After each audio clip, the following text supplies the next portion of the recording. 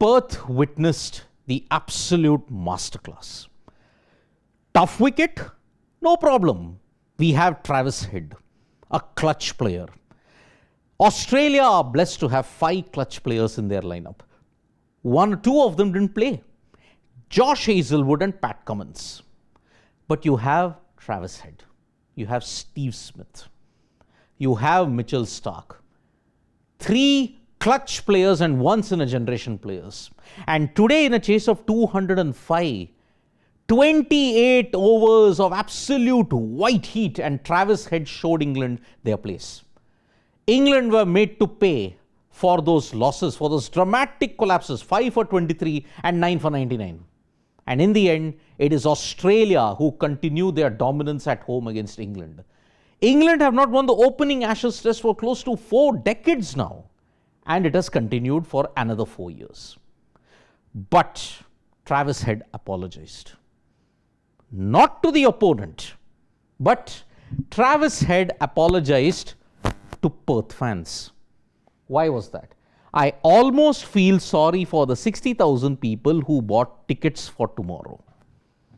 A 2-day test match. For the first time in the history of Australian cricket in the Ashes, you've seen a 2-day test. 104 years ago was the last time you saw a 2-day test match. 104. This is a once in a 100 event that has happened, and first time in Australia. So yes, a Sunday has been robbed, but the players won't complain because they will now have a long break heading into the match on December 3, the pink ball test against England. So that is why Travis Head phlegmatically apologized to the 60,000 fans that were there. But on the knock that he played, on the plan that he had, Travis Head, typical Australian clarity. He mentioned, I was happy to do it. Opening. Remember, he would not have been opening had Usman Khawaja not suffered a back spasm. But when he got that back spasm, Travis Head volunteered. And it's nothing new. Travis Head has opened in the past in tough conditions in India, in Sri Lanka. He opened there. And here, on a pitch where you saw 19 wickets crumble, he stepped up and scored one of the most remarkable centuries that can be. He said, I was happy to do it. It doesn't bother me too much. We'd spoken about it. We know what England's short ball plans look like. We saw plenty of it in 2023. England wanted one approach to target Travis Head on the stumps and short ball, leg side.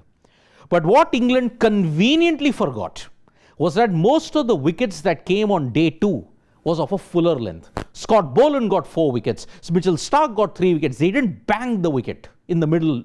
They got it through simple full-length deliveries outside off. And this is where England missed the tactic. Now on the plan that was there, on opening, on the cauldron of the Optus, why did Travis Head throw himself in it? He said, I was keen and there was support for it. Could have easily been Manas facing the first over too. But the thinking was right. Get out there, trust the plans and see what happens. Get out there and trust the plans. Trust it they did, because Travis Head was hitting boundaries for fun. The 1-6 that he hit of Jofra Archer was a statement of intent. And those 4 boundaries that he hit in the second over of Ben Stokes, they targeted the head of the snake. Ironically, head targeting the head of the snake, which is the opposition captain. Australia in the Ashes always go for the captain of the opposition. And here they gave the ultimate signal of intent. And Travis Head continued with his plans at this point in time when you have to look at it. My plan was just to play to the breeze. You can feel it now. He realized that there was a breeze that was blowing across. So it helped Travis Head stroke play to the mid-wicket region. You can feel it now. Hit it when I could, give myself room at times, pull when it was there. He shuffled, pulled it to fine leg. He shuffled and pulled it to mid-wicket. He gave room and slapped it over wide long off. Every shot in the arsenal, and it was full and wide. He sliced it and skyed it over third man or deep point. That was the Travis Head template. And further elaborating on the plans that Travis Head had at this point, he was desperate for 100 at Optus. Why was it? Because he said, had a couple of 90s on this ground before, even threw one away a few years ago.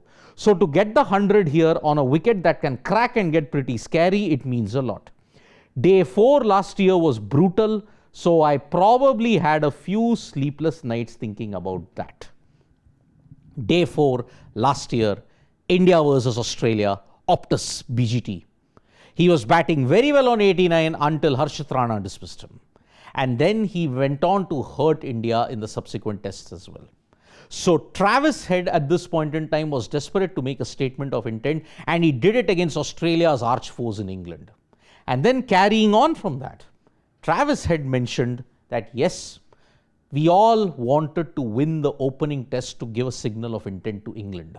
Now this will prolong England's summer of torment in Australia, because this side had few key players missing. No Josh Hazlewood, no Pat Cummins. This batting lineup was supposedly not in form. Still England couldn't win. Those two collapses of 5 for 23 and 9 for 99 have ensured that England will now have to play catch up, and it is not getting easier. The second test is the pink ball test at the Gabba. Pink ball test, Mitchell Starc. Good luck. Good luck in trying to figure out how to get the better of Australia in pink ball conditions at the Gabba. Although they were beaten at the Gabba once by Shamar Joseph's spell. But this England team now, they will seriously have to recover, because if they go 2-0 down, the Ashes is gone in Australia for another 4 years, and you can kiss the Bazball approach bye-bye. Thank you so much, folks, for joining us for this video. Subscribe to Sports Today for all the latest news and analysis.